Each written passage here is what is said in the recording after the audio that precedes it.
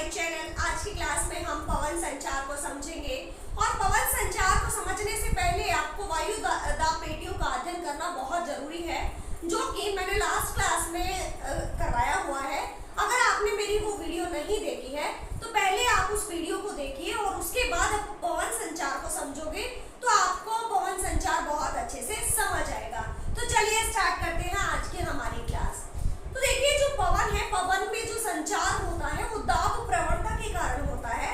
दाब प्रवणता का मतलब होता है कि दो स्थानों में वायु दाब के अंतर को दाब प्रवणता कहते हैं। और जब ये दाब प्रवणता होती है तभी हमारी जो पवनें हैं वो मूव करती है। हमेशा जो पवन है वो high pressure to low pressure move करती है, कि जहाँ पे उच्च वायु दाब क्षेत्र है और दूसरी जगह हमारा निम्न वायु दाब क्षेत्र है, तो उच्च वायु दाब क्षेत्र से निम्न वायु दाब क्षेत्र की तरफ हमेशा ही हमेशा हमारी पवनें चलती हैं। और हमारी जो पवनें हैं ये प्रमुख तीन प्रकार की पवनें होती है। पहली पवनें हमारी होती है स्थायी पवनें, जिनको हम परमानेंट विंड कहते हैं। दूसरी हमारी जो पवनें आती है इनको हम कहते हैं मॉनसूनी पवन। और तीसरी हमारी जो पवन आती है इनको हम कहते हैं स्थानीय पवनें या फिर लोकल विंड्स। तो पहली जो हमारी पवन है स्थायी पवन, इनके प्रवाह की जो दिशा है ये पूरा साल एक ही रहती है, तो इसीलिए इनको स्थायी पवन कहते हैं। दूसरी हमारी पवन है मॉनसूनी पवनें। जब मॉनसून आता है तभी ये हमारी जो पवनें हैं ये चलती है। तीसरी हमारी पवनें है स्थायी पवनें। वो पवनें जो किसी स्थान विशेष में प्रवाहित होती है उसको हम स्थानीय पवन कहते हैं। जैसे आपने सुना होगा चिनूक, लू, बोरा, हरमटान और सिरोको। इस प्रकार की जो पवनें हैं ये स्थायी पवनें हैं जो एक स्पेसिफिक रीजन में ही प्रवाहित होती है। तो आज की क्लास में हम करेंगे स्थायी पवनें, जिनको हम सनातनी पवनें भी कहते हैं और ग्रहीय पवनें भी इनको हम कहते हैं। तो ये जो हमारी पवनें हैं स्थायी पवनें, ये पूरा साल एक ही निश्चित दिशा में प्रवाहित होती है, इसीलिए इनको स्थायी पवनें कहा गया है। और अगर हम देखते हैं हमारी पृथ्वी, तो हमारी पृथ्वी को हम 7 प्रमुख वायुदाब पेटियों में डिवाइड करते हैं। और ये जो वायुदाब पेटियां हैं इन्हीं के बीच से हमारी जो पवनें हैं स्थायी पवनें ये प्रवाहित होती है। हमारी वायुदाब पेटियों में हमने देखा कि हमारी जो वायुदाब पेटियां हैं जिनमें से हमारी 4 वायुदाब पेटियां गतिजन्य है। पृथ्वी का जो रोटेशन है, पृथ्वी की जो विषय बल है या गति है, घूर्णन गति के कारण से इनका निर्माण हुआ है। नेक्स्ट हमारी जो तीन जो वायुदाब पेटियां हैं जिनका निर्माण तापजन्य स्थिति के कारण हुआ है। तो अगर आप देखोगे तो ये जो पवनें हमारी हैं स्थायी पवनें, ये 3 प्रमुख पवनें हैं जो कि इन पेटियों के बीच में ही प्रवाहित होती है, high pressure to low pressure. तो हमारी जो स्थायी पवनें हैं ये 3 प्रमुख पवनें हैं। पहली हमारी आती है व्यापारिक पवनें, दूसरी हमारी आती है वेस्टर्लीज पछुआ पवनें और तीसरी हमारी जो पवन आती है ये आती है ध्रुवीय पवनें या पोलर विंड्स। तो अब देखिए इनको समझ लेते हैं वन बाय वन। हमें पता है कि 0 डिग्री से लेकर के 5 डिग्री के बीच में, 0 से 5 डिग्री उत्तर और 5 डिग्री साउथ की तरफ आप देखोगे तो इसके बीच में हमारी एक वायुदाब पेटी है जिसको हम भूमध्य रेखीय निम्न वायुदाब पेटी कहते हैं या फिर डोल्ड्रम रीजन भी कहते हैं। ये एक ऐसा क्षेत्र है जहां पे जो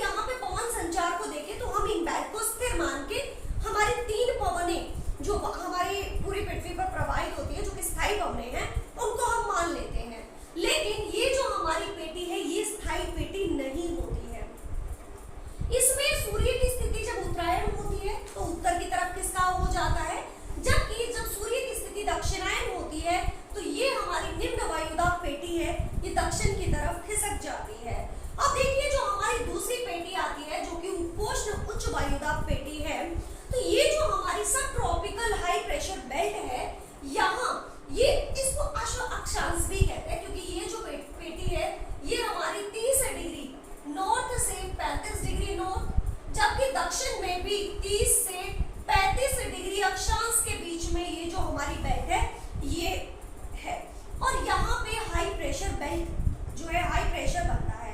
हमें पता है कि यहाँ पे जो पवने हैं जो कि गर्म हुई है, गर्म होके ऊपर उठी है, और ये पवने जब इस क्षेत्र में आके उतरती हैं तो यहाँ पे जो है इस क्षेत्र में हाई प्रेशर का निर्माण होता है। और हमें पता है कि high pressure to low pressure air move करती है। तो यहाँ पे जो हमारी उपोष्ण उच्च वायुदाब पेटी और डोलड्रम क्षेत्र, और इसी प्रकार से दक्षिण की तरफ जो हमारी उपोष्ण उच्च वायुदाब पेटी और डोलड्रम क्षेत्र के बीच में कुछ पवनें प्रवाहित होती है जिनको हम ट्रेड विंड कहते हैं। ट्रेड विंड क्योंकि ये हमारी जो है व्यापार के लिए लाभदायक है, इसीलिए इनको ट्रेड विंड कहा जाता है। इनकी अगर हम दिशा देखते हैं तो ये हमारी उत्तर पूर्व से प्रवाहित होती है और दक्षिण पश्चिम की तरफ जो है इनकी दिशा होती है। तो इनकी दिशा है उत्तर पूर्व से दक्षिण पश्चिम इन नॉर्दर्न हेमिस्फीयर। तो उत्तरी गोलार्ध में इनकी दिशा उत्तर पूर्व से लेकर दक्षिण पश्चिम में ये प्रवाहित होती है, जबकि दक्षिण में दक्षिणी गोलार्ध जो है, इस दक्षिणी गोलार्ध में दक्षिण पूर्व से लेकर के उत्तर पश्चिम की तरफ ये प्रवाहित होती है। तो इन दक्षिणी गोलार्ध में इनकी दिशा दक्षिणी पूर्व से उत्तर पश्चिम की तरफ होती है।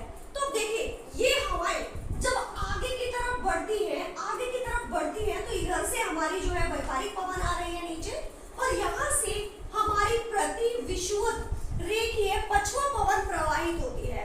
और जब ये दोनों पवनें एक दूसरे के साथ मिलती है, यहाँ पे जब ये एक दूसरे के साथ मिलती है तो इस क्षेत्र को हम ITCZ क्षेत्र कहते हैं, इंट्रा ट्रॉपिकल कन्वर्जन जोन, अंतरा अभिसरण क्षेत्र यहाँ पे बनता है। और ये जो क्षेत्र है क्योंकि ये भूमध्य रेखा के पास बनता है तो इसको हम बोलते हैं ITCZ। लेकिन जब सूर्य की उत्तरायण स्थिति होती है तो ये हमारी जो बेल्ट है ये ऊपर नॉर्थ की तरफ, उत्तर की तरफ खिसक जाती है। तो ये जो हमारा अभिसरण क्षेत्र है ये उत्तर की तरफ बनता है, और जब ये उत्तर की तरफ बनता है तो यहाँ पे हमारी जो है NITC बन जाता है, क्षेत्र बन जाता है, north intra tropic convergence zone.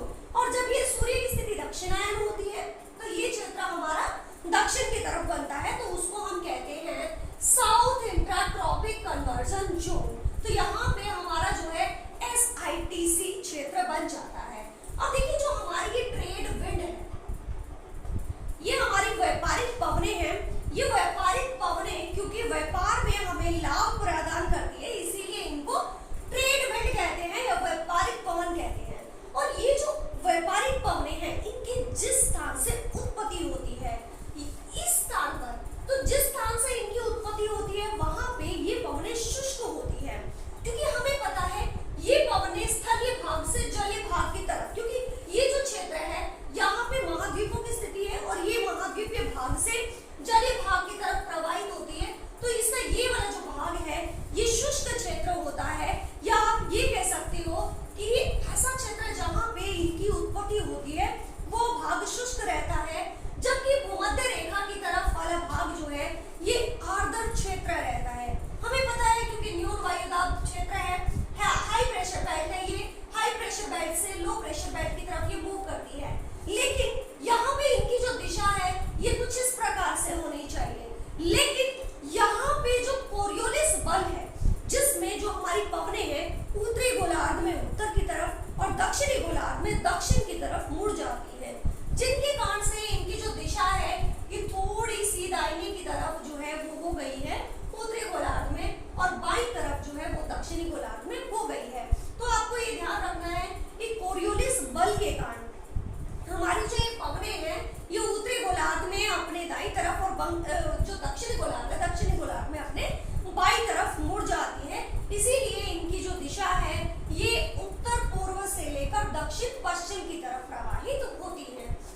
अब ये जो क्षेत्र है ये शुष्क भाग होता है, यहाँ पे प्रति चक्रवात की स्थिति देखने को मिलती है, और जबकि दक्षिण की तरफ आप देखोगे यहाँ पे जो हमारा भूमध्य रेखीय भाग है ये शुष्क नहीं आर्द्र रहता है।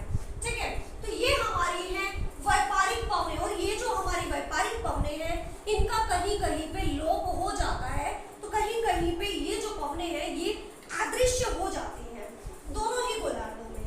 नेक्स्ट हमारी जो पेटी आती है ये आती है अश्वाक्षांश, जो कि हाई प्रेशर बेल्ट है। अब देखिए ये जो हाई प्रेशर बेल्ट है, क्योंकि हमारी जो डोलरम क्षेत्र है, न्यून वायुदाब क्षेत्र है, यहाँ से हल्की होकर हवाएं ऊपर की तरफ उठती है और हमारे जो दोनों गोलार्ध है, दोनों गोलार्धों में उपोष्ण उच्च वायुदाब पेटी की तरफ उतरती है। तो इस क्षेत्र में उतरने के कारण ये जो प्रेशर बेल्ट है ये यहाँ पे हमारी जो है हाई प्रेशर रहता है, उच्च वायुदाब क्षेत्र बनता है। और नेक्स्ट जो हमारी उच्च वायुदाब क्षेत्र, उपोष्ण उच्च वायुदाब पेटी और उपध्रुवीय निम्न वायुदाब पेटी के बीच में दोनों ही गोलार्ध में जो पवनें प्रवाहित होती है, ये पवनें हमारी पछुआ पवनें कहलाती हैं, क्योंकि ये पवनें पछुआ जो हमारा पश्चिम है, पश्चिम से पूर्व की तरफ प्रवाहित होती है, इसीलिए इनको पछुआ पवनें कहा जाता है। और ये जो है उपोष्ण उच्च वायुदाब high pressure to low pressure move करती है, जो हमारी सब ट्रॉपिकल हाई प्रेशर बेल्ट है। और यहाँ पे आप देखोगे सब polar high low pressure belt की तरफ मूव करेंगी और इनकी जो दिशा है ये उत्तरी गोलार्ध में दक्षिण पश्चिम से उत्तर पूर्व की तरफ है, जबकि यहाँ पे दक्षिणी गोलार्ध में उत्तर पश्चिम से दक्षिण पूर्व की तरफ ये हवाएं जो है ये प्रवाहित होती है। अगर आप देखोगे तो यहाँ पे आप देखोगे ये व्यापारिक पवनें और व्यापारिक पवनों के एकदम अपोजिट जो डायरेक्शन है वो इनकी होती है, वो पश्चिम से पूर्व की तरफ ये प्रवाहित होती है। और ये जो पवनें हैं जिस क्षेत्र से प्रवाहित होती है वहां पे शुष्क क्षेत्र रहता है, क्योंकि स्थलीय भाग से ये प्रवाहित होती है। और ऊपर की तरफ जो हमारे यहाँ पे देखोगे तो आपका यहाँ पे जो महाद्वीप है, महाद्वीपों के पश्चिमी किनारे की तरफ ये प्रवाहित होती है। और महाद्वीपों के पश्चिमी किनारे की तरफ आप देखोगे तो ये वर्षा का कारण बनती है। तो यहाँ देखिए तो हम दोनों ही गोलार्धों में इनकी जो दिशा है वो अलग अलग होती है। अगर हम देखते हैं तो उत्तरी गोलार्ध में, क्योंकि हमारा जो उत्तरी गोलार्ध है, उत्तरी गोलार्ध में जो हमारा लैंड पार्ट है आप देखोगे स्थलीय भाग बहुत ज्यादा है, जबकि दक्षिणी भाग में यहाँ पे जो हमारी स्थलीय स्थिति है वो कम होती है। तो अगर हम देखते हैं तो उत्तरी गोलार्ध में यहाँ पे अगर देखोगे तो इन पवनों में जो प्रचंडता है वो कम होती है, कम वेग के साथ ये प्रवाहित होती है, जबकि दक्षिणी गोलार्ध में स्थलीय भाग की स्थिति नहीं होती है, बहुत कम स्थलीय भाग है। तो इस क्षेत्र में ये जो पवनें हैं ये स्पष्ट रूप से देखी जा सकती है। तो दक्षिणी गोलार्ध में ये जो हमारी पवनें हैं इनको अलग अलग नाम दिया जाता है। यहाँ पे 30 से 35 जो हमारा अक्षांश है इसको अश्व अक्षांश कहते हैं, क्योंकि यहाँ पे जो हवाएं हैं वो अलग अलग दिशाओं से प्रवाहित होती है। और यहाँ पे जो हमारे व्यापारी हैं, व्यापारी जो अश्वों को, घोड़ों को का व्यापार करते हैं तो उनको आगे बढ़ने में परेशानी होती है, तो वो यहाँ जो घोड़े हैं उनको समुद्री जल में फेंक देते हैं, जिसके कारण से इनको अश्व अक्षांश कहा जाता है। लेकिन यहाँ पे जो हमारी उपोष्ण उच्च वायुदाब पेटी से निम्न वायुदाब पेटी की बीच में जो हमारी हवाएं प्रवाहित होती है, जिनको पछुआ पवनें कहा, तो ये जो पछुआ पवनें हैं इनको 40 डिग्री, क्योंकि दक्षिणी गोलार्ध में स्थलीय भाग कम है तो ये बहुत ज्यादा प्रचंड तीव्र वेग के साथ प्रवाहित होती है। तो 40 डिग्री अक्षांश के बीच में जो हमारी हवाएं प्रवाहित होती है इनको हम गरजता चालीसा कहते हैं। और 50 डिग्री अक्षांश के बीच में जो हमारी हवाएं प्रवाहित होती हैं इनको हम भयंकर पचासा कहते हैं। और जबकि 60 डिग्री अक्षांश पर जो हमारी पछुआ पवनें प्रवाहित होती हैं इनको हम चीखता साटा कहते हैं। श्रिंकिंग 60s का नाम दिया जाता है। और ये जो स्थिति होती है ये दक्षिणी गोलार्ध में होती है, उत्तरी गोलार्ध में ये कम वेग से प्रवाहित होती है, जबकि दक्षिणी गोलार्ध में स्थलीय भाग की कमी के कारण, जलीय भाग की अधिकता के कारण यहाँ भी प्रचंड रूप ले लेती है, जिसके कारण से 40 डिग्री अक्षांश पर इसका अलग नाम होता है, 50 डिग्री अक्षांश पर इसका अलग नाम होता है और 60 डिग्री अक्षांश पर इसका अलग से नाम होता है। और नेक्स्ट जो हमारी पवनें आती हैं ये आती है हमारी ध्रुवीय पवनें, जो कि दक्षिणी गोलार्ध में दक्षिणी ध्रुव से ध्रुवीय जो हमारी निम्न वायुदाब पेटी है इसकी तरफ प्रवाहित होती है। और देखिए यहाँ पे उत्तर में भी आप देखोगे तो ये भी ध्रुवीय क्षेत्र है, उप ध्रुवीय निम्न वायुदाब पेटी की तरफ प्रवाहित होती है।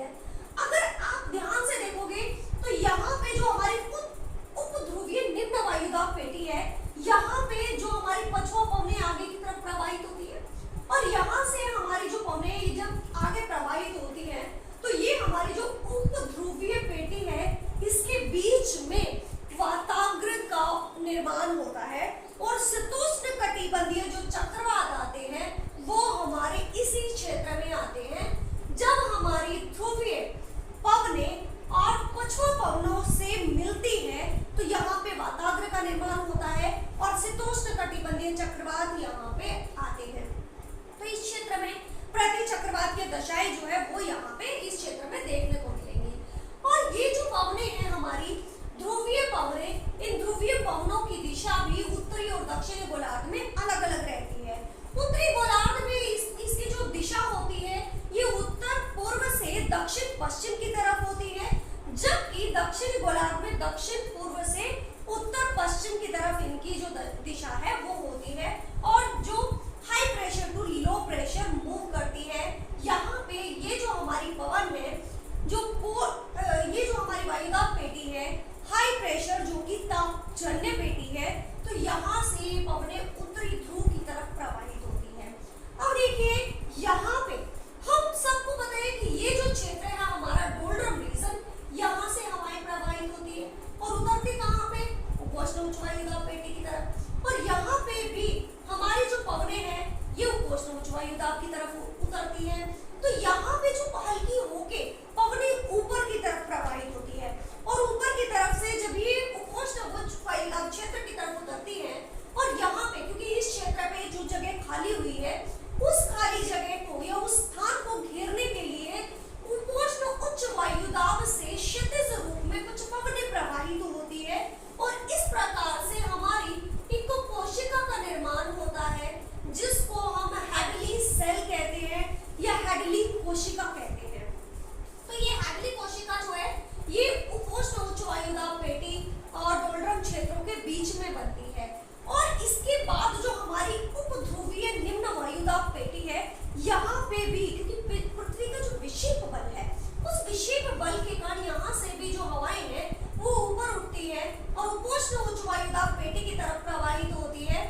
और दूसरी जो वायुदाब जो हमारी पवनें हैं वो ध्रुवीय पेटी की तरफ प्रवाहित होती है।